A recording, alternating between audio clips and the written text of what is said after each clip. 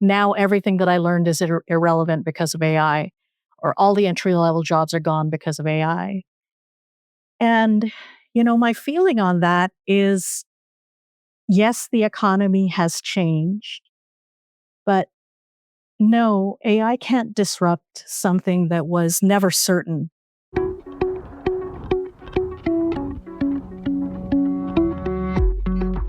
Welcome to this special episode of Day 2 DevOps, where we sit down with some hot chocolate and relax with our guest. I'm Ned Bellavance, and I'm joined by my convivial co-host, Kyler Middleton. Hey, Kyler. Hey, Ned, and hey, everyone at home. Today, we're relaxing and sharing stories with Deana Solis, a freelance FinOps engineer, mentor, and generally thoughtful human. If you want to grab some hot chocolate and listen to this mid-December podcast, we would absolutely recommend it. With no further ado, let's get into it.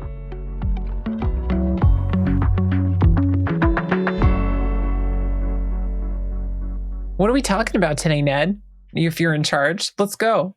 We're talking about Deana. That's what we're talking about. Hi, Deana. Hi. Welcome to the show. How are you Thank today? you. I'm well. Thank you. I'm glad. What's your background? What are you up to these days? Let's start there. Hi, I'm Deana. I'm an introvert.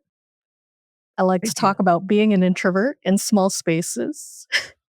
I do a little bit of public speaking. I do a lot of mentoring and training.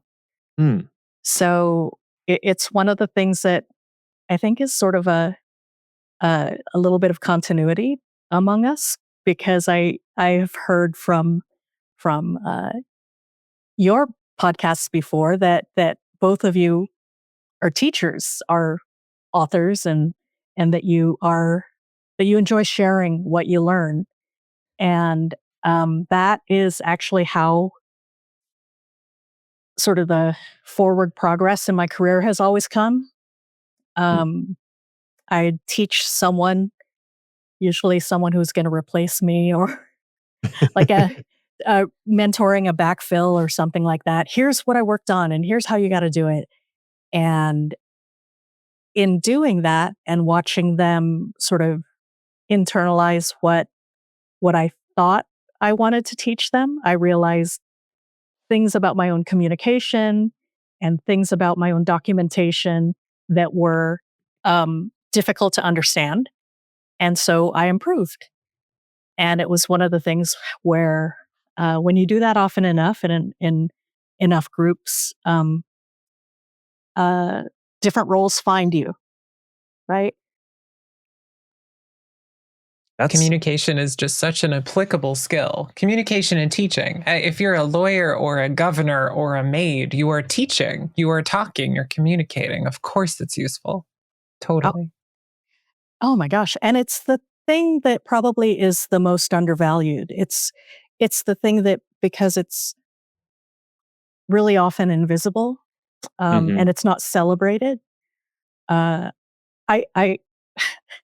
I like to talk about being an English major, and I was, but I also find that even among liberal arts graduates and professionals, they don't really talk about like the mechanics of their communication. They don't. They just they scrutinize it and they criticize others who don't communicate well, but they don't really do a lot of self-reflection out loud. And and among groups that do a lot of talking, it is sort of suppressed, or it's implied that this is a distraction from the message, but it's actually a suppression of a feedback loop, right? So yeah. So like so often, and you talk about public speaking, I appreciate that, because I do think that it helps calm the nerves when you know what your message is supposed to be.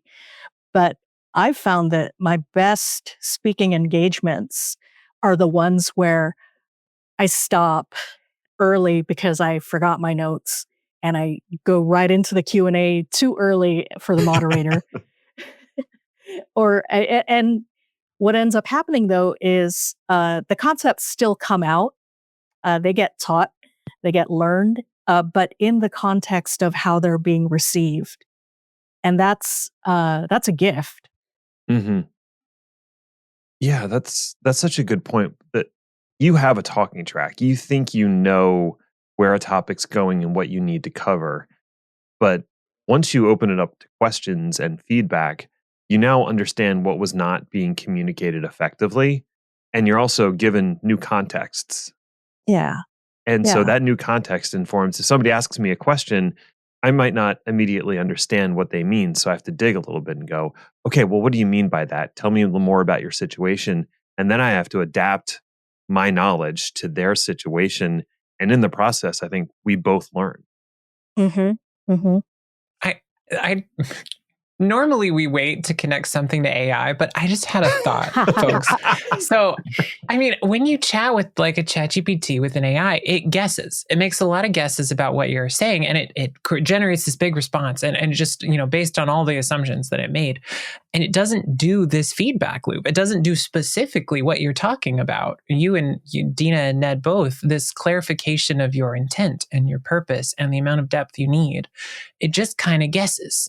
And so I feel like this tool itself has been built without this acknowledgement and understanding of this feedback loop, that it's important to recognize the other person that's going to listen to you talk.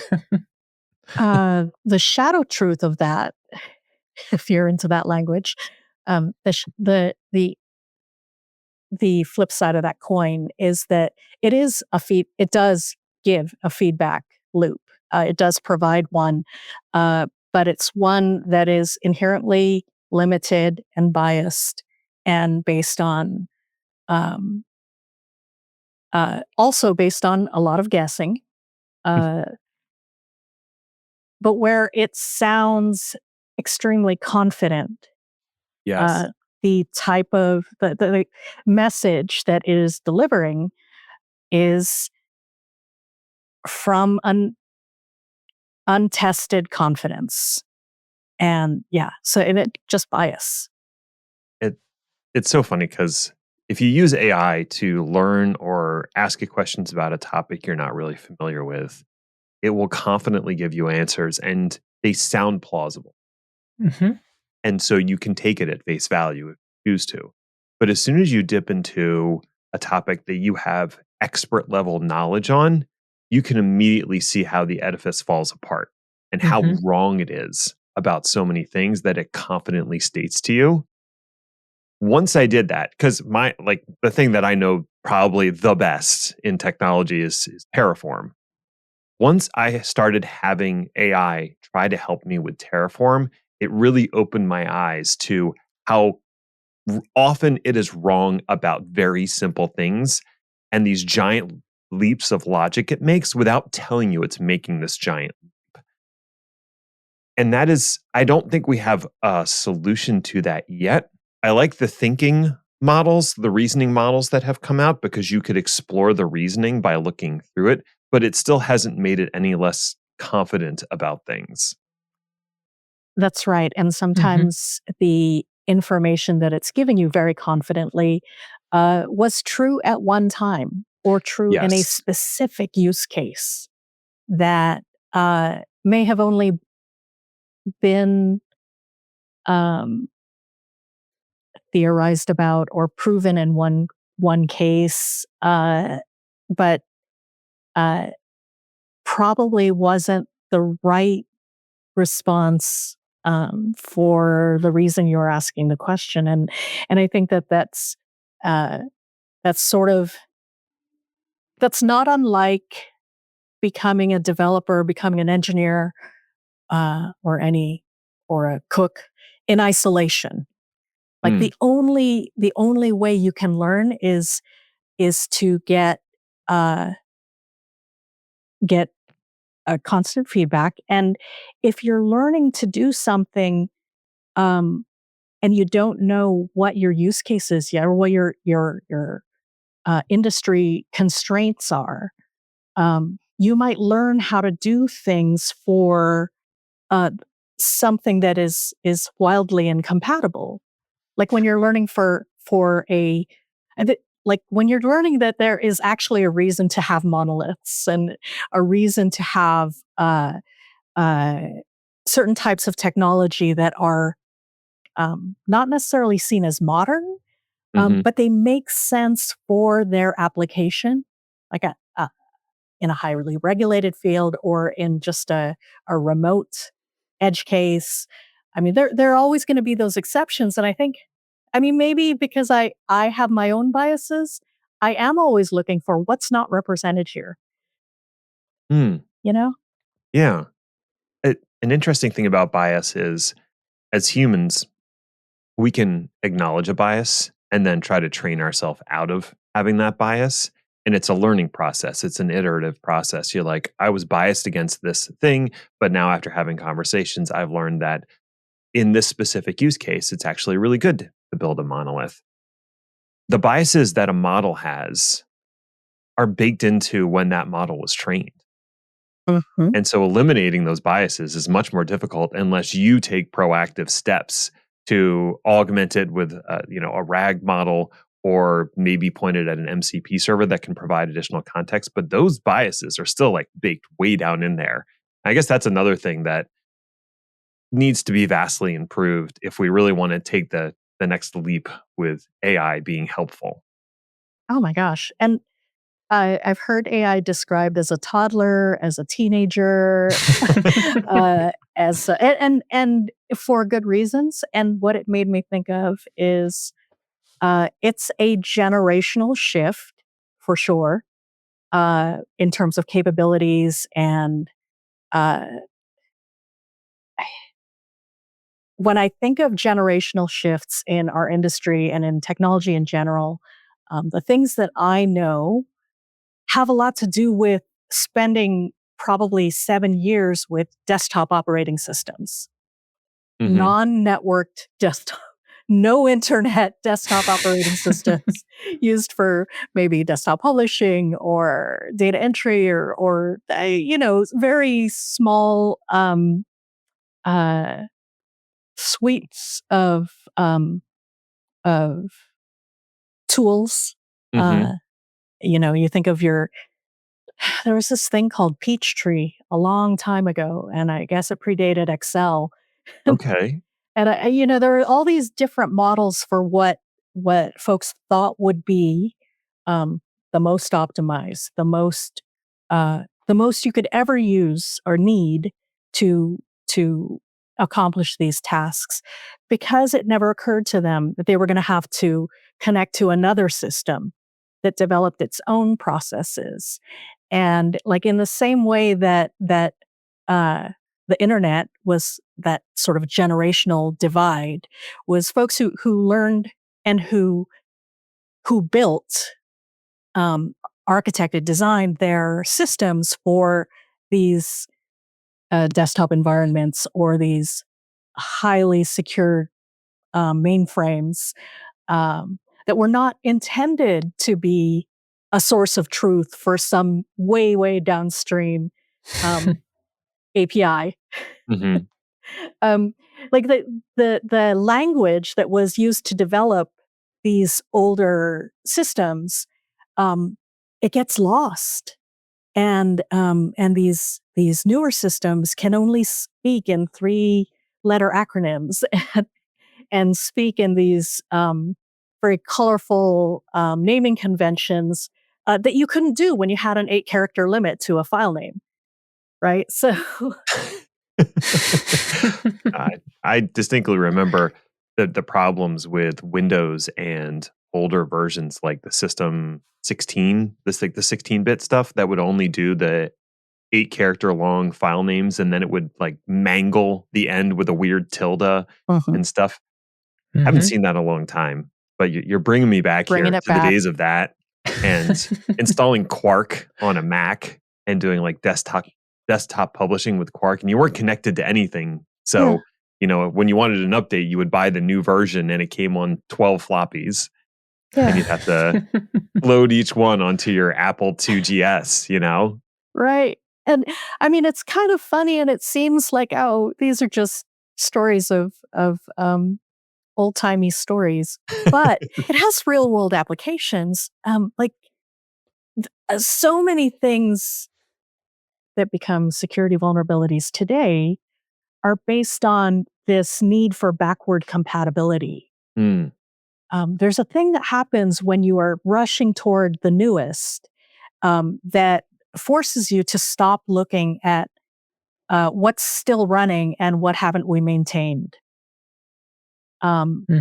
What hasn't been modernized because it still works. Why fix it? yeah. It's not seen as technical debt. It's just seen as a landmark in your stack.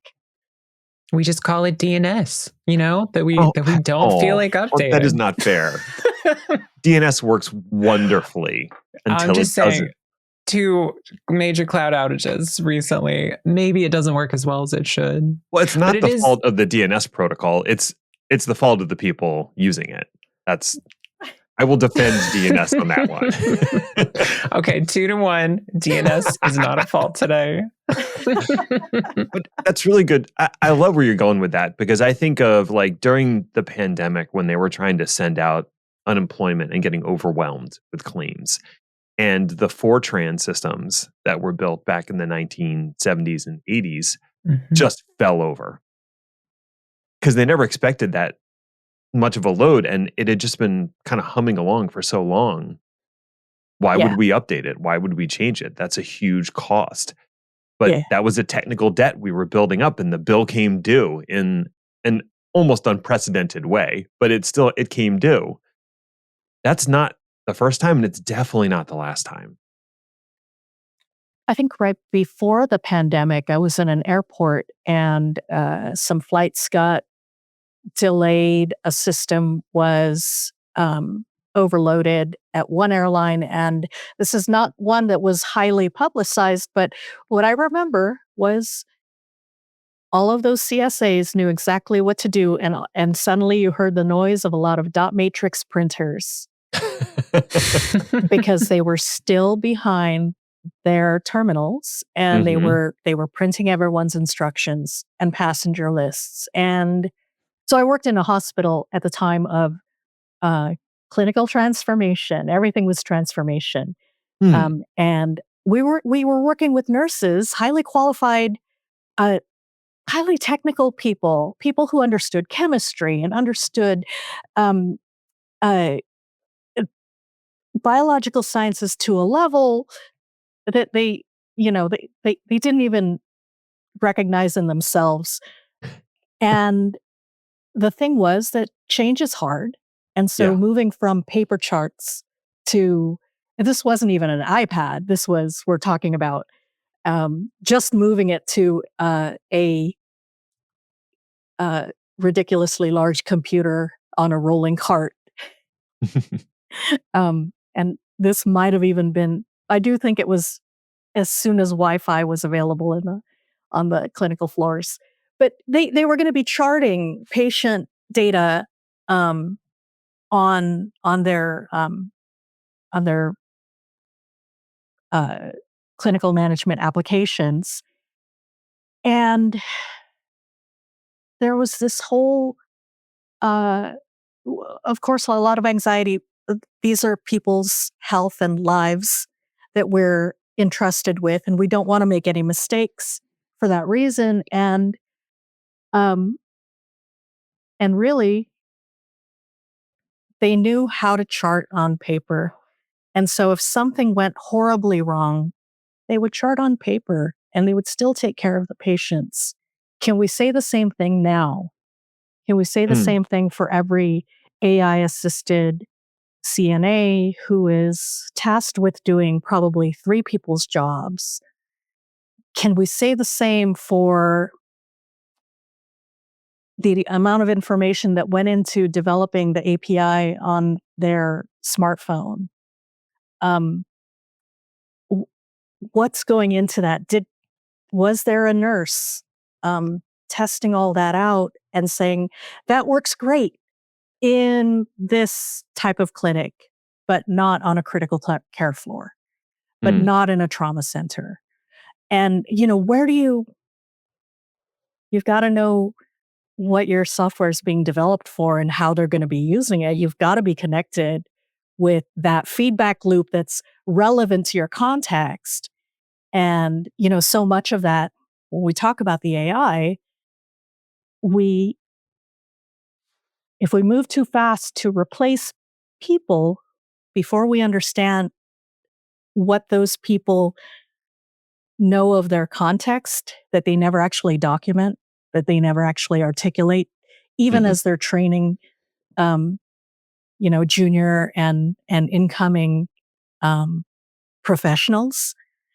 They're super smart, but you can only hydrate so much when you're drinking from a fire hose. That's quite an image in my mind. Oh, I remember worked, to hydrate. yeah, I worked retail for several years before I started my tech career. I actually thought retail was going to be my career for a while. I was going to be an area manager and then a district manager, the big time, making the big bucks, running like 10 stores. That did not come to be, in part because my actual district manager pulled me aside and was like, "What do you do? Like, this is not the life for you. Like, go back to college." Anyway, she was right. That's a whole other story. But I distinctly remember on one occasion the power went out and came back on, but the credit card machines were not functioning properly. We were having an outage with the phone lines. And because I am of a certain age, I knew to grab a big contraption that you put the credit card down on and you put the carbon papers and you go ka-chunk, and it makes that like physical impression. And then you could still take people's credit cards and process them later. And I just remember all these teenagers I was working with had never seen this machine. And the whole idea of like taking a physical impression of a card was insane to them. And I feel like that's where we have these backups that we know about in our lives because of this long tail of experience. And if you move too fast, if you try to upgrade too quickly, you lose that. You don't have that backup, that redundancy. And that, I know, like, we're all in IT, we know how important redundancy is and having Mhm. backups and backup processes. And if we move too fast and break too many things, we don't have that backup to fall back on. Right. And the folks who are building tools today, when they don't even, again, like not just your customer service associate who is having to process all those sales, Hmm. um, break in a sweat, but also the people building it have this a narrow perspective. Maybe they're coming right out of college and they've only ever purchased something by tapping their phone, Hmm. or in fact tapping their watch Right. on on a on someone else's smart device. Uh, and by the way, I only learned that that was possible last Mother's Day because my son took me to lunch at a Mm. farmer's market, Hmm. and we went around and he bought a couple of things, and each time he would just reach out and tap his watch, Hmm. and I just kept thinking, "Oh no, oh no." All of my my anxiety was so high that about overspending, and that was way too frictionless. Right. But Mhm. also, that's amazing. I need to go set up that It is. It's uh both. whatever pay on my phone as well. I, some friction is good. We're a Mhm. tactile species. We want to like touch and handle things. I think it's why books haven't gone away. Yeah. People love the experience of sitting and holding a book and smelling it and turning the pages. And there's a deliberateness of going and getting your book and opening it and taking time to read it. And same thing with cash. Like, if you pay cash, and don't get me wrong, I don't pay with cash if I don't have to, but like Mhm. the physical act of having to take money out of your wallet and hand it to somebody, that level of friction might make you think twice about spending your money. Whereas if it's just a tap, you don't even think about it. Boom, I'm gone. And I I would like us all, I don't know. There's a deliberateness that gets lost. And I think that's important to have some friction and deliberation in your life, even if it's moderately inconvenient. Mm-hmm. Oh, yeah. Uh, Capitalism. So every That sigh is like part of the quotes of like, capitalism. Yep. so Yep. every time we're developing something for convenience, and the convenience that is being created is one party letting go of their money before they can think about it, and another party scooping it up Hmm. before the customer can think about it. That sort of friction is going to be missed. It already is. There are, thankfully, people who are paying attention, who actually read their utility bills, maybe, and pay attention if their rates go up. Uh, I'm in FinOps, by the way, which is all about paying attention to when rates go up, rates fluctuate, pricing strategies are deployed to new customers and new platforms. And I mean, we're in all of those cloud spaces where reading a cloud bill is a whole new industry now. Right. But the connections between that and like understanding where we are with um, AI and the job market, they seem really far apart and like really distinct issues that are unrelated, but actually no. The thing that I think about a lot, um, and that I try to um, keep sharing that message, especially with folks who are looking for mentorship and who find me somehow. Those conversations are about understanding all of the different inputs and incentives in our economy that are not new, but that will have an impact on whether or not um, our career paths look the same. I would y- you gave me a funny look, like, Say more. No, I want you've definitely piqued my interest. well, so a big question that I think you've probably heard too is my career going to be disrupted because I'm just graduating and I have this cool computer science degree or this cool um, coding certificate. I've just gone through this intense, um, period of learning, and now everything that I learned is irrelevant because of AI, or all the entry level jobs are gone because of AI. And my feeling on that is, yes, the economy has changed, but no, AI can't disrupt something that was never certain in the first place. Like, you were never certain to be the person who was going to step into a role that was going to be designing your dream game, or designing the app that now you can tap your uh, your other jewelry to pay for things. Um, like that that fantasy of what my job is going to be when I graduate is just that.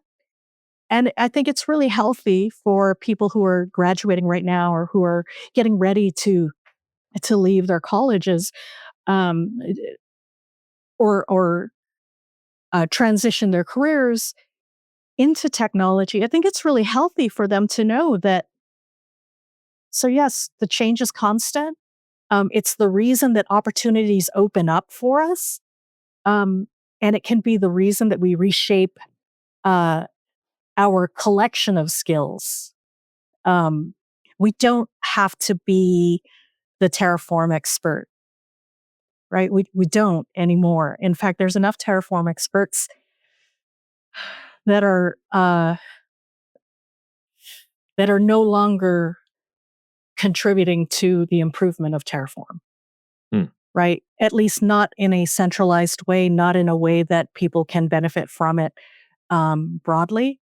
I think that there's plenty of great innovation that's going to happen, but if it's behind a paywall and a subscription rate and a cloud bill, then that's a whole other story. So chances are something other than uh, any of HashiCorp's products is going to be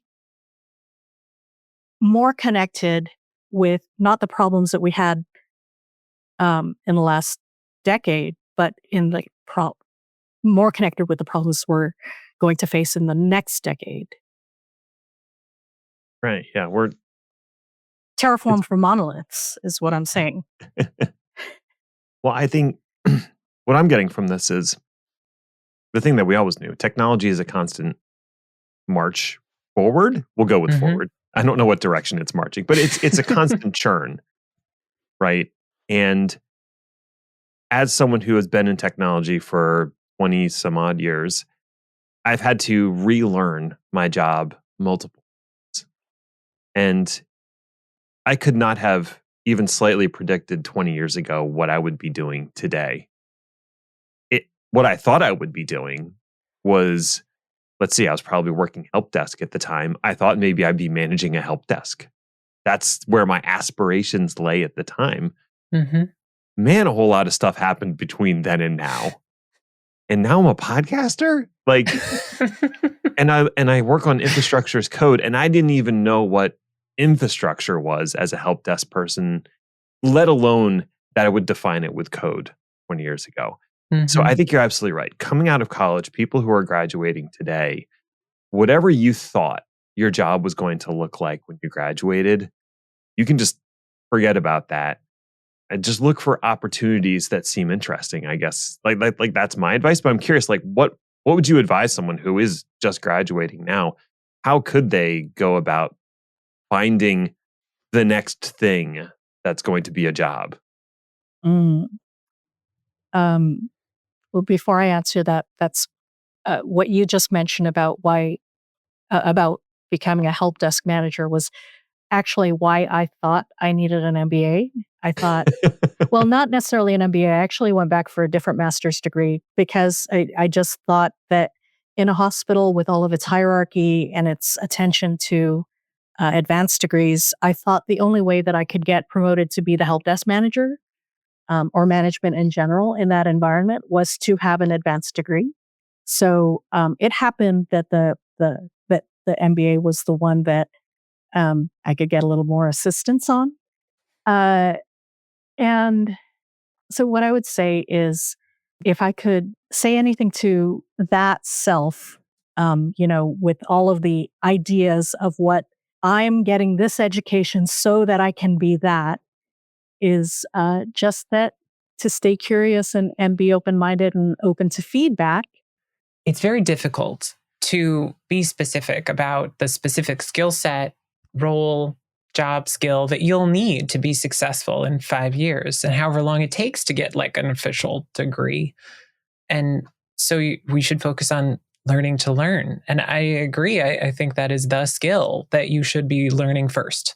Learn to learn and learn to find the things that you love. And maybe you love learning. Maybe you love writing software. Writing software is really hard. You'll only do well if you really like it. And if you don't like it, if you're just in it for the money, you will burn out really hard. We're Oh yeah. surrounded by the folks that have done so. Oh. um, and you'll make some money, but then you'll be burnt out and you won't get to do it anymore. So find the things that you can love and learn. And that's been my North Star. And that's worked well. My life has been transformed by that idea of just finding things that I think are cool and just keep pulling on that thread. And sometimes those are jobs. Sometimes those have a paycheck attached.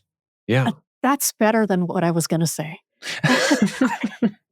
I I was trying to get to understanding the things that make life good. Um, So when I was doing that job and doing the help desk thing, the thing that I kept connecting to was, oh, wow, I just talked to a radiologist. I've never had a conversation with a radiologist before. Oh, Hmm. I just spoke to someone who is in food services troubleshooting a printer, because if that printer doesn't work, the patients on floors don't get fed. And just being connected to all of these systems that were human systems, nothing technical about them, but that they use technology as a tool, and they in turn depended on me to make sure that their systems were functioning as expected. And like, to me, I had this sense of purpose that I didn't expect working that help desk. I had this like epiphany that I could never be a nurse. And and I can make sure that the nurse who is on that critical care floor um, has systems that work so that she can focus on caring for the patients.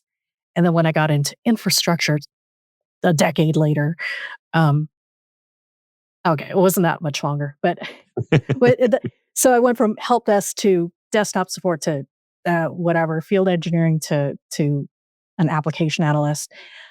Uh, when I got on that side of it, I realized that on the infrastructure side, I was making sure that servers were built in a way, and communication was established, connectivity was established in a way that was secure and safe, so that our vendor software uh, could be accessible to the clinicians, but also integrated with the other vendor systems. And like, understanding those connections, I was finding my place in infrastructure, in the same way that, people are the infrastructure of healthcare. Hmm. It's not the billing, it's not the insurance, it's the people. Nice I sentiment. love that. That's wonderful. Yeah, as much as Yeah. we spend all this time like writing the best software and getting the correct Terraform chain of resources to deploy the thing, like it all is for people. That's the point. If you're not helping a person, it doesn't matter. And often the answer is no. So connect to those values, connect to like, why does doing all this matter? Mhm. Can help you find a real sense of purpose, and make it worthwhile to spend all those hours learning new skills, because this whole industry, it's hard. It changes all the time, and that can really wear you. So Yeah. connecting to like doing this hard thing will help Mhm. people, can help you connect to like what matters in your life, in your industry, in your career. Uh, the other thing that I would add to that, like the other piece of it that um, advanced my tax bracket was was being flexible enough and not attached to what I thought my next role was going to be Mm. in the sequence. Being flexible enough to understand uh, that there were always problems that were not being solved. There were always problems that were being ignored or deprioritized, but that something in my gut said were important. Um, and actually, the thing that pushed me toward what eventually becomes FinOps is this um, this sense that I kept getting of technical debt just piling up in infrastructure, Hmm. and folks um, uh, not being mindful as they're migrating to the cloud, and not really connected to the way that cloud pricing works, and how consumption-based pricing means that if your if your workloads don't require that amount of compute, but they continue to run anyway, you're paying for the amount that you provisioned, Hmm. and that is technical debt. That's technical debt. It's in architecture. It's baked in, and there's not an easy way to get away from it. And it's a reason that we sort of have to decide, do we know why we're making a move toward this technology? Do we know why we're adopting AI? Do we know why we're adopting Kubernetes? Or or are we actually looking at here are what the advantages are of this type of AI, and here are the advantage of that architecture for that platform, and this is why my use case actually connects, and this is why that's optimal, and I can use the least amount of resources and take advantage of the engineering skill sets that I've already got, and the fact that I have maybe developed a learning culture in my organization that, oh, my operations engineer maybe doesn't know that version of configuration management, but they can certainly learn. Mm-hmm. Yeah, those parts are easy. Tools are easy. I'm going to try to bring this in for a landing. Some themes that I want to pull out of this whole conversation that I've found really interesting is we talked about mentorship and building a culture of learning. And that's like one side of it. And then the other side is the person who is being mentored, the mentee. They need to cultivate their curiosity and be willing to embrace and try new things that are somewhat uncomfortable at first. And that might lead them to discover new things that they love. To me, that's like two sides of the same coin. And it sounds like you've been on both sides, and now you're using your experience of being a mentee or being a lifetime learner to help others grow in their career. I take that as a compliment too. That's definitely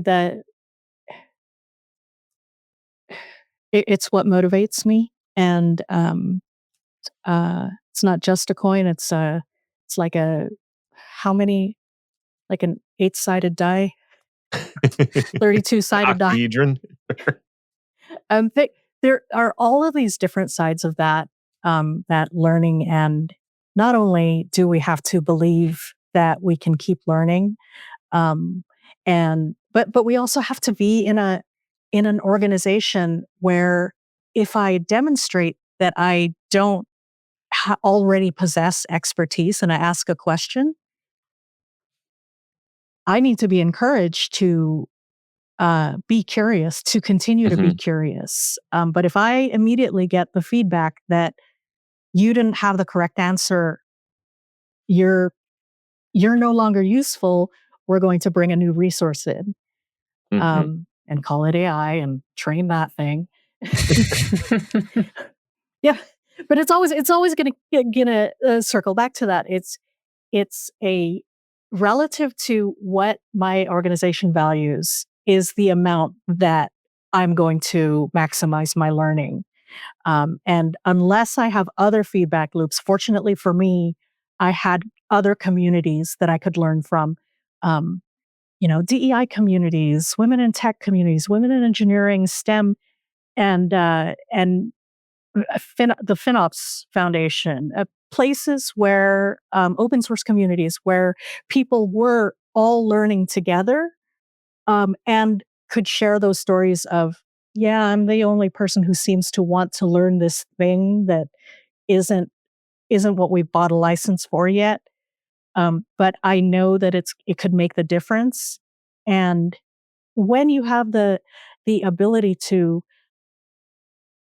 look outside yourself, look outside your organization, um, understand what's valued there, maybe it means that you belong somewhere else. And maybe it means that you can stick it out and actually make a difference from within. There are so many different ways, but for those folks who are just getting into their careers, it's so much more important that, you know, it isn't just about what the last thing that you learned contributes to your first job. It might be that you have to be a barista or a server or a window washer for the next 5 years to make enough money to have that apartment to enjoy your 20s. with or without roommates, whichever. There are plenty of areas in the world that need people that are not going to be replaced by AI, but that will probably benefit from your understanding of technology and of systems. And if you can connect to the people who are living and making your community good, then you will have a reason to use those last skills that you got in your senior level capstone project in GitLab. I That's love such that. a wonderful place to close this podcast up. I feel so uplifted, which is what we hoped for. This is going to come out mid-December. That's when you're listening to it now. And we just wanted to wish everyone like a happy holidays and some good feelings to take home from this Curl up with podcast a to you. mug of cocoa and just enjoy thinking thoughts. Deana, thank you so much for being a guest today on Day 2 DevOps. We truly appreciated it. And if folks are looking to connect with you, is LinkedIn the best place, or is there somewhere else they should look? I'm going to say, if you can find me on LinkedIn, I will let you know how else you can find me from there. But yes. All right, but great. I'm also a FinOps Foundation ambassador. And so if you're in that community, it's not too hard to find me either. Okay, excellent. We'll include links to all of that in the show notes. Again, thank you, Deana, so much for being a guest. Thank you both. Thanks to Deana for appearing on Day 2 DevOps, and virtual high fives to you, dear listener, for tuning in. If you have suggestions for future shows, we'd love to hear them. Hit either of us up on LinkedIn or send some feedback via packetpushers.net/follow-up. You can find me, Ned Bellavance, at nedinthecloud.com, and my amazing co-host Kyler Middleton blogging over at letsdodevops.com. And we're both way too active on LinkedIn. Stop by, say hello. Did you know that you don't have to scream into the technology void alone? The Packet Pushers Podcast Network has a free Slack group open to everyone, including you. Visit packetpushers.net/Slack and join. It's a marketing-free zone for engineers to chat, compare notes, tell war stories, and solve problems together. packetpushers.net/Slack. Until next time, just remember that doing DevOps is awesome, and so are you.